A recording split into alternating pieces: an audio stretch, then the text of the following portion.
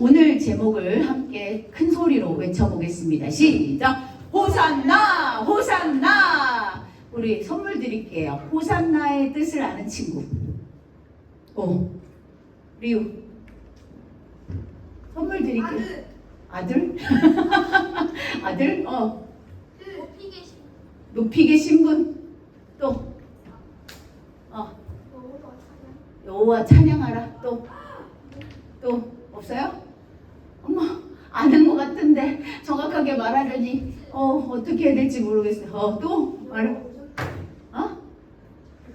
오셨어? 그럴 줄 알았어. 선생님도 어렸을 때 호산나 이런 찬양을 엄청 좋아했고, 호산나 찬양 중에 호산나란 말은 진짜 많이 들어가 있는데 이 호산나의 정확한 뜻을 잘 몰랐던 것 같아요. 그래서 오늘 친구들 꼭 기억하세요. 제가 다음 주에 또 물어보겠습니다. 호산나 뜻 보여주세요. 다같이 시작! 구하옵나니 이제 구원하소서라는 뜻입니다. 이제 구원하소서. 내가 여기 구원이란 말 한마디라도 들어갔으면 내가 선물을 주려고 했는데 구원이란 말은 나오지도 않았죠. 그래서 우리가 호산나, 그런 뜻이구나. 구하옵나니 이제 구원하여 주소서라는 뜻이구나 라는 것을 우리 머리에 이렇게 새기고 우리 오늘 말씀을 잘 들었으면 좋겠습니다. 예수님의 공생의 사역 이제 마무리되어 가고 있어요. 모든 사역을 거의 다 이제 마치셨어요. 마지막 이제 십자가 사역만이 남겨놓고 있답니다. 제자들하고 예수님은 이제 예루살렘 성으로 가는 중에 있었습니다. 왜냐하면 6월절이 가까우기 때문이에요. 그래서 예루살렘 성으로 가는 중에 벳바게라는 곳이 있어요. 벳바게. 이름이 좀 어려워 선생님도 헷갈렸는데 벳바게라는 곳은 어디냐면 예루살렘 성의 거의 근처야. 또 벳세다라는 그 지역이 있는데 그 바로 윗동네 그 벳바게라는 동네에 이르렀을 때 예수님은 2명의 제자에게 이렇게 말합니다. 얘들아 너희는 맞은편 마을로 가라. 그리하면 곧 매인 나귀 새끼가 함께 있는 것을 보리니 풀어서 내게로 끌고 오라 라고 얘기하는 거예요. 제자들이 예수님이 명령하신 것이니까 시키신 거니까 당연히 해야 될 걸로 알지만 주인이 있을 텐데 그 나귀들이 주인 없는 나귀는 아닐 텐데 매어 있다는 거 보니까 주인이 분명히 있을 것 같은데 이걸 어떻게 뭐라고 말하고 가져오지? 라고 생각하고 있던 그 차에 예수님이 또 말씀하십니다. 만일 누가 무슨 말을 하거든 주가 쓰시겠다 하라. 그리하면 즉시 보내리라 이렇게 말씀하셨다는 거예요.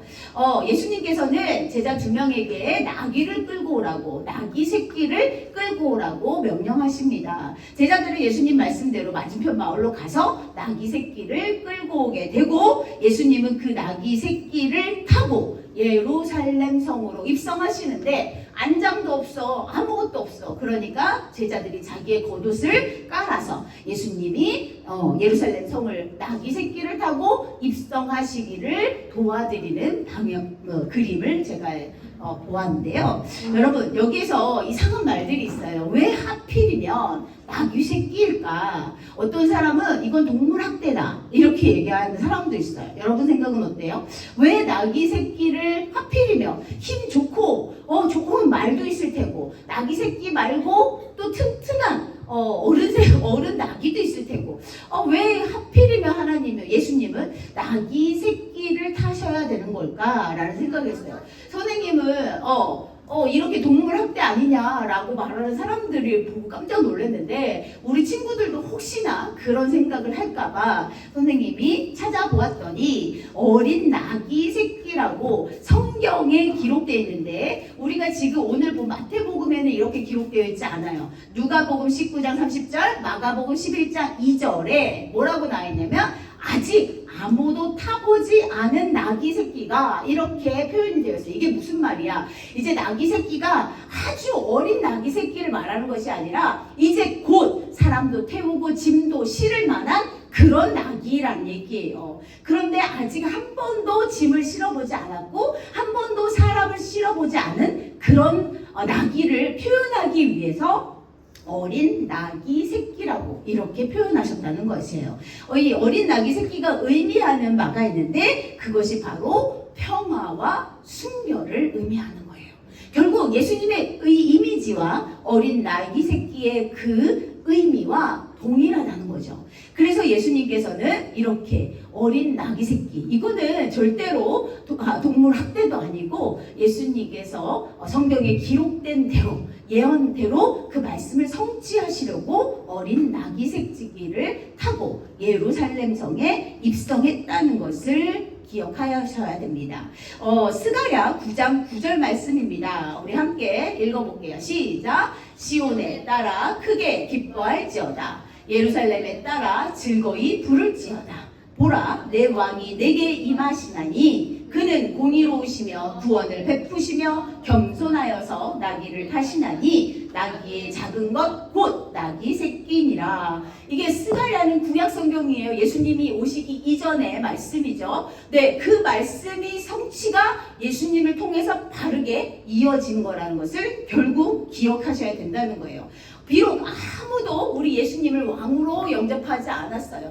아무도 우리 예수님이 왕이시라는 것을 알고 예수님을 왕으로 준비해 주지도 않았어요. 그럼에도 불구하고 예수님은 구약 예언의 말씀을 성취하기 위해서 스스로 나귀 새끼를 준비하고 스스로 예루살렘 성에 입성하는 과정이에요. 결국 오늘 말씀에서 파란색으로 선생님 해놨는데 겸손하여서, 예수님의 그 겸손함을 오늘 말씀에서 찾아볼 수 있다는 거예요. 진정한 예수님의 겸손. 내가 왕이야. 내가 하나님의 아들이라고. 그런데 너희들이 감히 나를 이렇게 만들어? 빨리 백마를 준비해라. 빨리 갑옷을 준비해라. 내가 왕으로서 내가 예루살렘 성에 입성할 것이다. 이렇게 하지 않으시고 스스로 다 구약의 예언을 성취하기 위해서 준비하시고, 아무것도 없었지만, 아무도 그를 알아보지 못했지만 그렇게 구약 말씀을 성취하셨다는 것을 우리 친구들이 꼭 기억해. 그러면 그 부분에 있어서 우리가 그래서 사람들이 겸손의 왕이라고 얘기하는구나. 어린 나귀 새끼를 타고 와서 겸손의 왕이 아니라 스스로 예언을 성취하시기 위해서 스스로 그것을 다 준비하시고, 그렇게 누가 알든 못 알든, 누가 알아주든 못 알아주든 그런 거 상관없이 그저 하나님의 그 말씀을 성취하시기 위한 노력, 그것을 보니 겸손의 왕이신 예수님을 우리가 알 수 있구나 라고 생각하면 좋겠습니다. 그런데 예수님은 진짜 아무도 나를 환영해 주지 않을 것이다. 그러나 나는 이제 십자가에 못 박히는 마지막 사역을 남겨두고 이제 예루살렘 성에 입성을 하는데, 와, 동네가 시끌시끌한 거야. 시끌시끌해. 와, 막 하는 소리를 지르고 난리가 났어. 예수님도 깜짝 놀라셨을 거야. 이게 무슨 일이야, 무슨 일이야. 와, 사람들이 환호를 지르고 기쁘게 예수님을 맞이하는데 자기들의 겉옷을 막 예수님이 오실 길에 계속 깔고, 또 종려나무 가지를 흔들고, 또 어떻게 종려나무 가지를 바닥에 깔고 막 소리를 질러. 뭐라고? 오늘 아까 말씀했던 것처럼 호산나 다윗의 자손이여 찬송하리로다. 계속해서 사람들이 예수님이 오심을 기뻐하고 즐거워하고 행복해하고 환호성을 지르고, 그래서 예루살렘 성이 완전 들썩한 거야. 예수님이 이런 걸 예상하셨을까? 예수님은 생각했거든. 아무도 나를 맞아주지 않을 거라고 생각하셨어. 그런데 사람들이 막 이렇게 종려나무 가지를 흔들고 기뻐하고 예수님을 맞이할 준비를 하고, 자신의 옷을 벗어서 바닥에 깔아주고, 예수님이 어서 오시옵소서, 우리를 구원해 주시옵소서, 왕처럼 대접을 해주는 거야. 근데 여기서 우리처럼 어리석은 사람이라면 이들이 드디어 나를 아는구나, 드디어 나를 왕으로 인정해 주는구나 라고 생각했을 텐데, 예수님은 그러지 않으셨어요. 왜? 이들의 속마음을 알았기 때문이야. 이들의 속마음은 어떤 마음일까? 우리 잠시 후에 나눠보도록 하겠습니다. 그런데 이 사람들이 수근수근 하는 거예요. 이분이 누구신데? 이 사람이 누구신데 도대체? 아이고, 당신 몰라? 나사렛 예수란 말이야. 나사렛에서 온 예수야. 그 예수 많은 선지자가 있지만 이 사람 대단한 능력을 갖고 있어. 죽은 사람도 살리시고 안진뱅이도 일어나게 하고 눈먼 사람도 눈뜨게 하고, 심지어는 오병이어의 기적도 베풀어서 5,000명이 넘는 사람들을 물고기 2마리, 보리떡 5개로 먹고도 12강주리를 남긴 그런 놀라우신 분이죠. 이 사람들을 알고 있는 거예요. 지금 예수님이 누구신지 알고 있는 거예요. 그런데 예수님은 이 사람들의 속마음을 이미 꿰뚫고 계시다는 것을 기억하면서 우리가 지금까지 이렇게 예수님이 나귀 새끼를 타고 예루살렘에 입성하시는 이 날을 지금도 기념하고 있는데, 지금도 기념하고 있어요. 이 날을 뭐라고 하지? 뭐라고 하니? 보여주셨네. 종려주일이라고 합니다. 그래서 우리가 부활절 전에 종려주일을 함께 섬기고 또 예배하는 그런 과정들을 겪게 됩니다. 예수님께서 이렇게 종려주일, 우리가 지금도 이 날을 기념해요. 왜? 예수님이 이제 십자가에 못 박히시기 위해서 이제 스스로 자진하여 나귀 새끼를 준비하고 또 예루살렘에 입성하시는 그 날을 우리가 기념해야 되기 때문입니다. 그러면 아까 말했던 것처럼 사람들이 왜 예수님을 환호했을까? 왜? 정말 전에 선생님이 한번 말한 적이 있는데 오병이어 기적을 보여주면서 그 사람들이 그랬어. 와, 이런 사람이 왕이 된다면 우리는 평생 굶어 죽을 걱정은 안 해도 될 것 같아. 이런 사람이 왕이 된다면 와, 우리는 정말 부자로 잘 살 수 있을 것 같아 라는 생각을 머릿속에 갖고 있었다는 거예요. 사람들이 예수님을 환호한 이유를 한번 보여주세요. 첫 번째, 새로운 나라를 건설한 강력한 왕이실 거야 라는 기대가 있었어. 왜? 죽은 사람도 살리시는 분인데 새로운 나라 하나쯤은 건설할 수 있지 않을까? 그런 강력한 힘이 있기 때문에, 그런 파워 때문에 사람들, 죽은 사람들 살아나게 하고 안전병이도 일어나게 하는 그 놀라운 능력을 갖고 있지 않을까?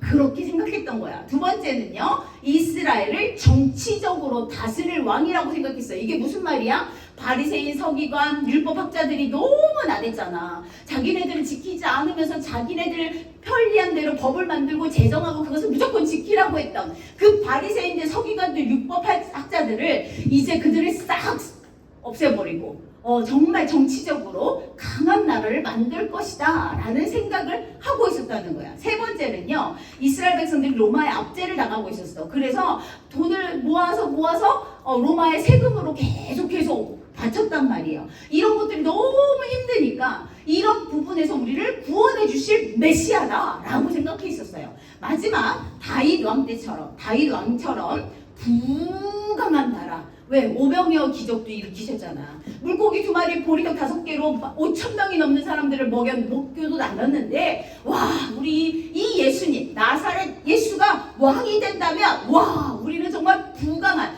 부자 나라가 될 수 있을 거야 라는 생각을 했던 거예요. 그래서 막 호산나 호산나 다윗의 자손 호산나 이렇게 외쳤다는 거예요. 예수님이 그 부분에서 기뻐하지 않았었던 이유는 바로 이 사람들의 속마음을 알고 계셨다는 겁니다. 예수님이 이 땅에 오신 목적은요, 이들의 생각과 너무너무 달랐어요. 예수님이 이 땅에 오신 목적은 우리의 영혼을 구원하실 분이었고요, 모든 인류의 진정한 왕으로 오실 분이었고요, 십자가에 못 박혀 죽기 위해 오신 분이라는 것을 우리는 꼭 기억해야 돼. 왜? 우리는 예수님을 믿는 사람들이니까. 아, 예수님이 왕이 되시면 한 자리 차지해야지 라고 생각했던 제자들처럼, 또 이스라엘 백성들처럼 그런 생각으로 예수님을 기뻐하고 호산나 라고 외치는 것이 아니라, 예수님이 이 땅에 오신 목적을 분명히 알고 예수님을 믿고 의지해야 된다는 것이에요. 그런데 이스라엘 사람들과 예수님의 생각에 공통점은 있었어요. 어떤 공통점일까요? 보여주세요. 네, 구약 선지자가 예언한 모습으로 오신 분이에요. 이 이스라엘 백성들도 어렸을 때부터 모세오경을 배우고 성경을 계속 알다 보니까, 아, 구약 선지자가 예언하셨지, 맞아, 메시아가 온다고 했지, 그 메시아가 나귀 타고 온다고 했지, 아, 그렇지, 그것을 알고 있었다는 얘기예요. 그래서 이스라엘 사람들도 예수님의 생각도 똑같았다는 공통점도 발견할 수 있습니다. 여러분은 우리 예수님을 어떤 사람으로, 어떤 분으로 모시나요? 선생님은 오늘 말씀을 통해서 겸손의 왕으로, 또 평강의 왕으로, 또 메시아, 구세주로 우리 예수님을 내 안에 고백하게 됩니다. 여러분들도 여러분들 마음 가운데 이런 고백이 일어나야 된다는 것을 꼭 기억해요. 사람들이 그렇게 환호한 예수님이 드디어 왕으로 멋진 모습으로 자신들을 구원해줄 왕이 될 줄 알았는데 이런 그들의 생각과 완전히 반전이 일어났어요.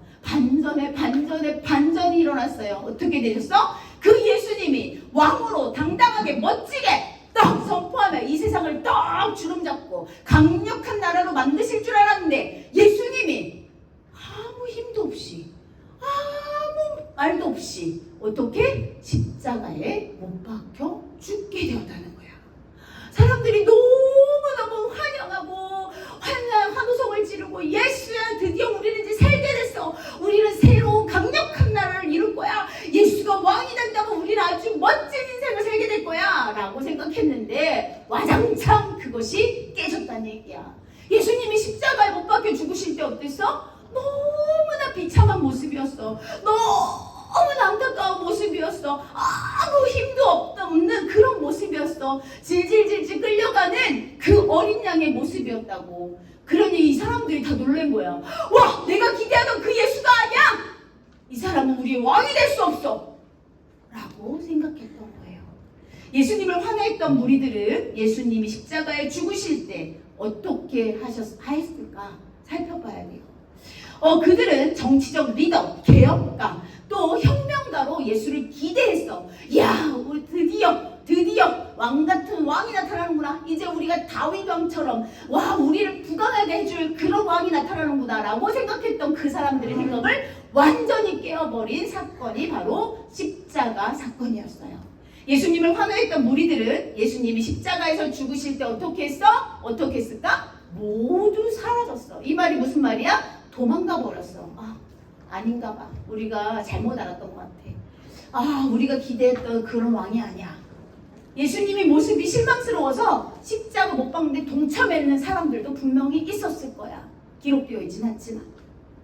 이렇게 예수님을 환호하고 환호성을 지르고 호산나 호산나 호산나 외쳤던 그 사람들이 예수님이 십자가에 못 박혀 돌아가실 때는 다 사라지고 오히려 그들 예수님을 손가락질하고 도망가는 그런 일들이 생겼다는 거예요.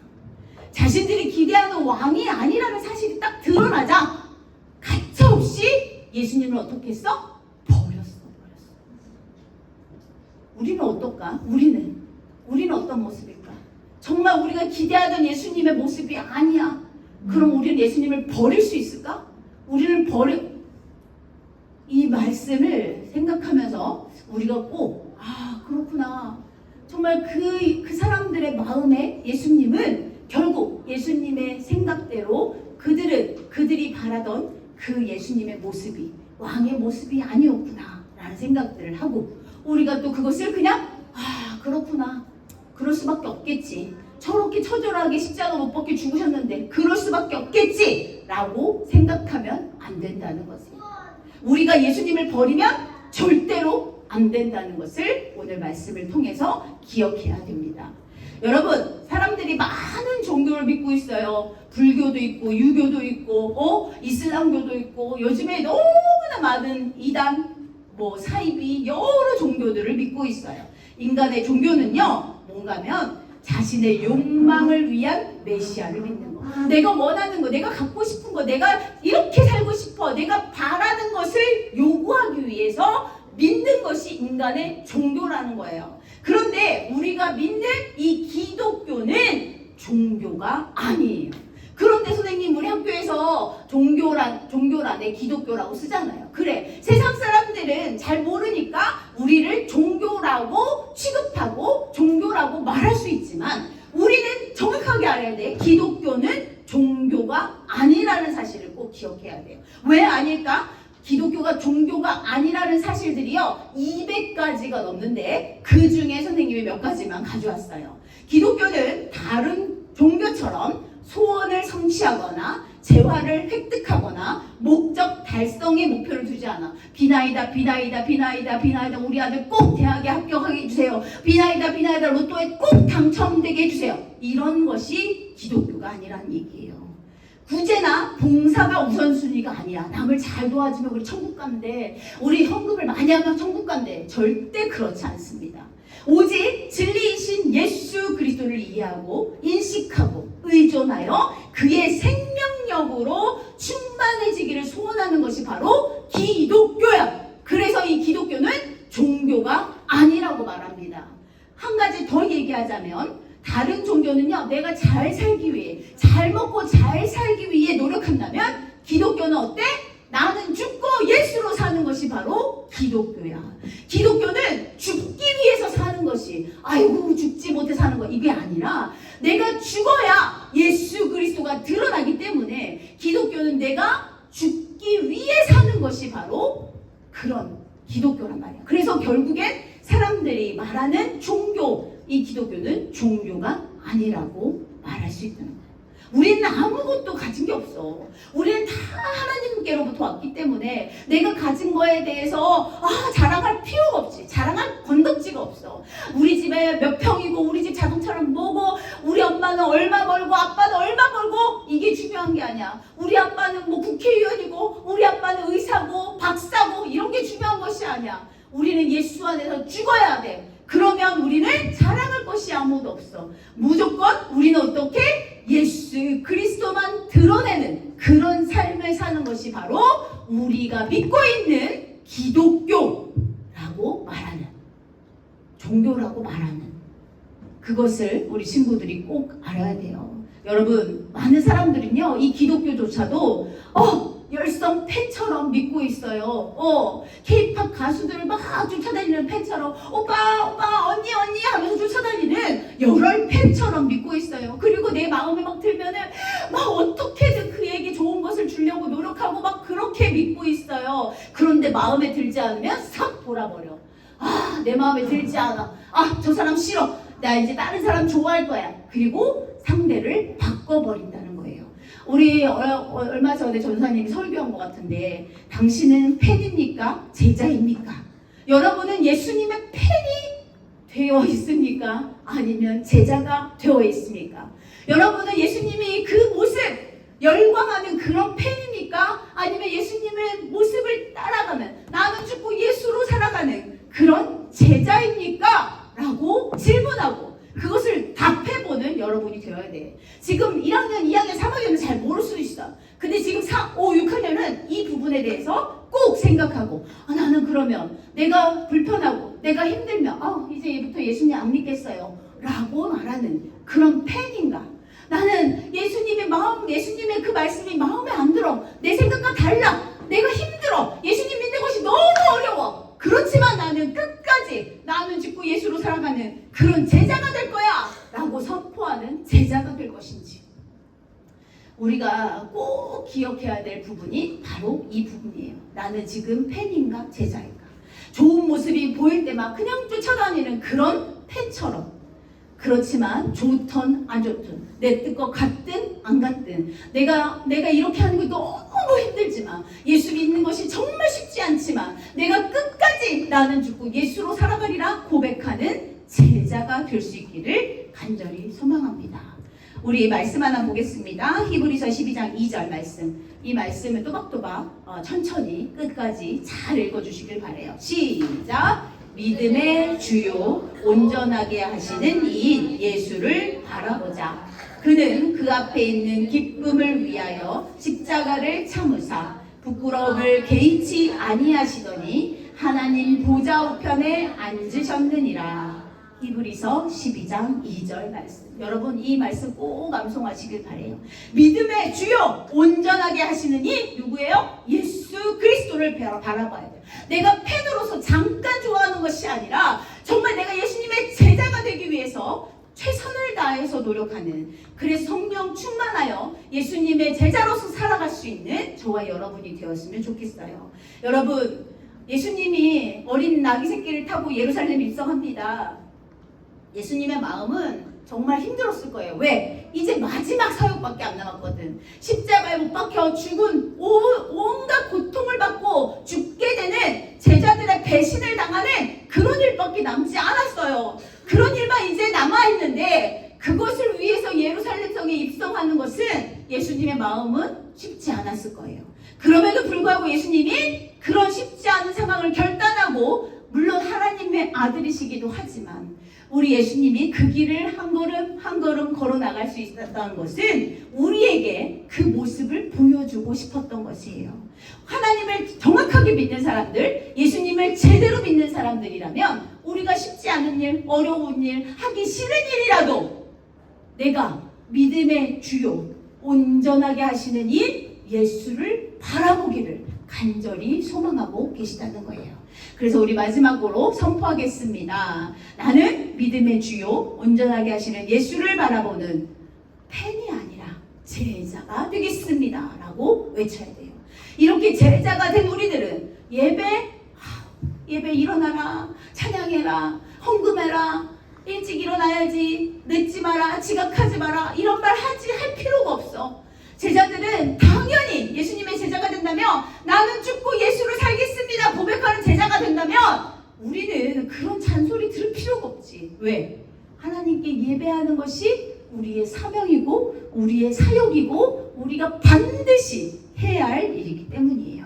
우리 오늘 말씀을 기억하면서 예수님이 이 땅에 오신 이유, 이스라엘 백성들이 예수님을 환호했던 그런 이유가 아닌 예수님이 나를 구원하시기 위해 이 땅에 오신 분명한 이유와 목적을 기억하면서 우리 함께 선포했으면 좋겠습니다. 우리 손을, 오른손을 높이 들고, 오른손만 들면 돼요. 오른손을 높이 들고, 나는 믿음의 주요, 온전하게 하시는 예수를 바라보는 뭐가 되겠습니다? 제자가 되겠습니다. 우리 함께 선포합니다. 시작! 나는 믿음의 주요, 온전하게 하시는 예수를 바라보는 제자가 되겠습니다. 아멘. 기도하겠습니다. 할렐루야. 하나님 고맙고 감사합니다. 우리 귀한 자녀들이 팬이 아닌 제자가 되기를 간절히 소망하며 선포하였습니다. 이 마음 변치 않도록 주님 도와주시고 하나님의 놀라우신 은혜와 또 놀라우신 사랑으로 우리 자녀들이 반드시 나는 죽고 예수로 살아가는 그런 제자가 될 수 있도록 이끌어 주시옵소서. 감사드립니다. 예수님 이름으로 기도드렸습니다. 아멘.